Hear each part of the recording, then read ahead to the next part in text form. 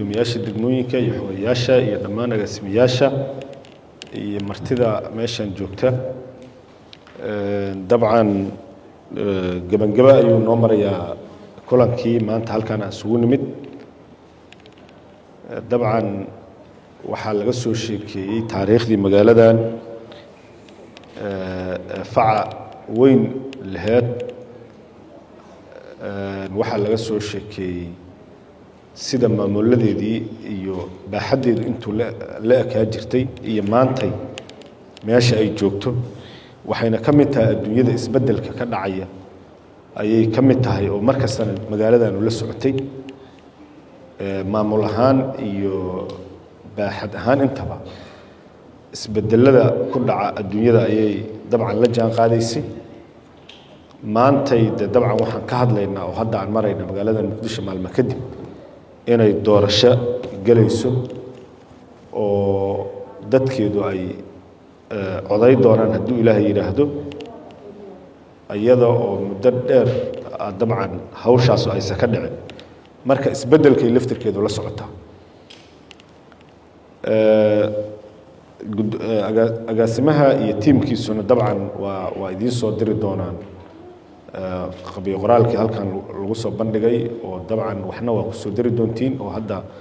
talooyinka ka hadasheen iyo sida ay idinla muuqato inuu maamulku uu noqon karo iyo taladiin halkaas ku soo diri doontiin dib ayaa loo soo celi doonaa hadduu ilaahay yidhaahdo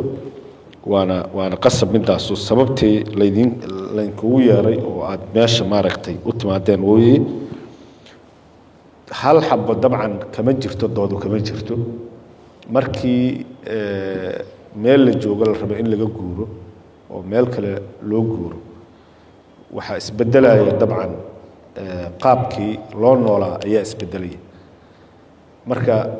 mar haddii doorasho hadda dadweyne oo guddoomiyihii degmada iyo maamulkii degmada iyo kii gobolka intaba waxay isaga beddelayaan mar haddii la aadayo waxaa lagu qasban yahay in sidii lagu shaqay jirana ay wax badan iska beddeli doonaan iyo sidii yacni taytalladu ay ahaa jireen waa qasab marka sharci oo dadkaas lagu maamulaa inuu yimaado meesha hadda dabcan halkan waxaa laga sheegay sharciyada dowladaha hoose ee dowlad goboleedyada lambar 4 iyo lambar 10 marka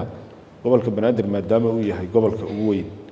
gobolada dalka Soomaaliyeed midna lambar 1 uu noqon doona asaguna sharci lambar 1 oo dowladaha hoose markii dowladaha hoose laga hadlayo laakiin waxa qasaba maanta siday wax yihiin inay iska bedeli doonaan sida maamulkiiba si guud ay wax iskaga bedeli doonaan ilaahay ayaa mahad iskale dabcan in maantay la maraayo in dowladdii Soomaaliyeed iyo guddigii doorashooyinka heer qaran iyo maamulkii gobolka iyo dhammaan dalkii inuu doorasho u diyaar garoobay hadda aan kaar bixintii kaarkii qofka uu ku coday lahaa dalku inuu maraayo maantay in uu socdo oo maalin la wadaad ogtihiin sabtigi hore 15kii bisha November hadda aan ku jiro in 15kii April ayay soo bilaabatay diiwaangelintu la soo bilaabay 15kii November hadda waxaa la bilaabay dadkii isdiiwaan geliyay inay kaarkii dib u qaataan ayagu maalmo yar ay socod doontaa hadduu ilaahay yiraahdo dabcan guddiga wali annaga waxaan ognahay waqtiga ay iclaamiyeen hadda wax iskama bedelin inay doorashadu dhici doonto ayaga de awooddaas iska laho annagu waxaan leenahay wacyigelinta iyo bulshadii maaragtay inaan mar kale dhiirigelino inaan sidii shalaba aan intaan u dhiirigelino u wacyigelinay inay soo baxaan isdiiwaan geliyaan haddana maanta waxaa laynka rabaa annaguna dee har iyo habeen aan u taagannahay shirarkii habeenadan la qabaayo ayaguna sii socon doona in kaarkii la qaato dadka inaad maaragtay albaabada loo garaaco lala hadlo la yiraahdo kaarkii qaata maadaama ay isdiiwaan gelideen si berri ah u codeydin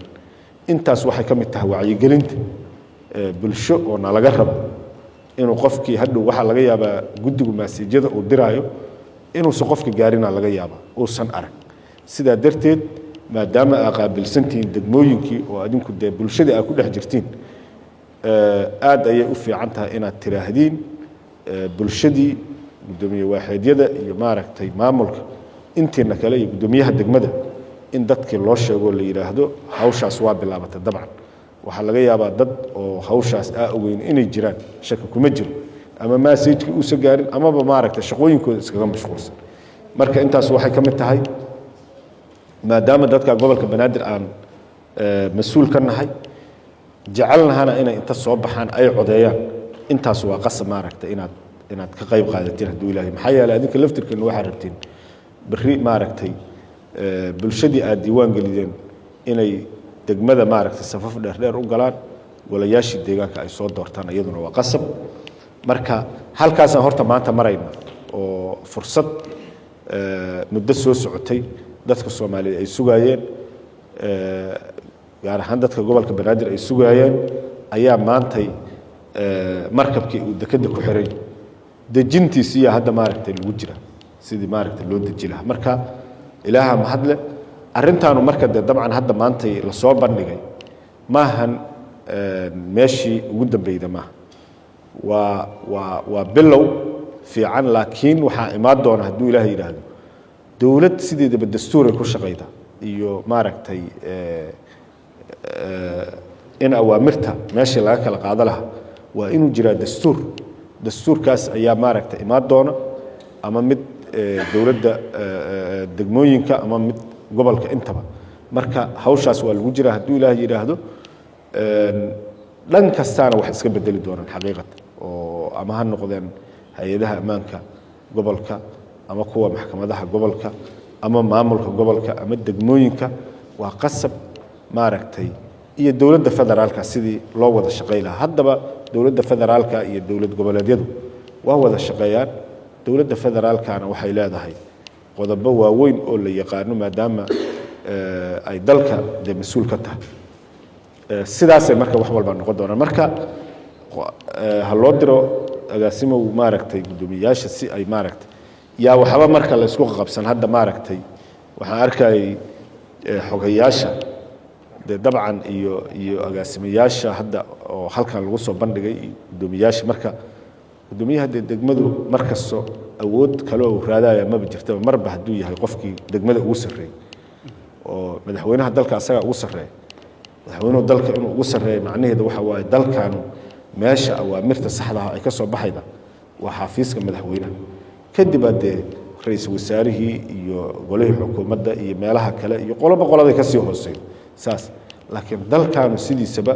madaxweynaha ugu sareeyay asaga maaragtay dalkan loo doorto gudoomiyaha degmada marka degmada maalintii lagu doorto gudoomiyihii degmada aad noqotay dabcan dadkaas roolal iyo shaqooyin ay leeyihiin laakiin degmada gudoomiyuhu asaga ugu sareeyay madaxa meel ka sareeyda oo la salaaxa ama la taaban kara ma jirto marka aad iyo aad u mahadsantihiin dabcan shirar kale oo intaan ka badan waa isugu soo noqon doonaa waa bilow aad iyo aad u fiican waa ku amaanaya maaragtay agaasimo dalxa iyo tiimkiisana waa ku amaanaya mar kale insha Allah taala waa mahadsantihiin maalin wanaagsan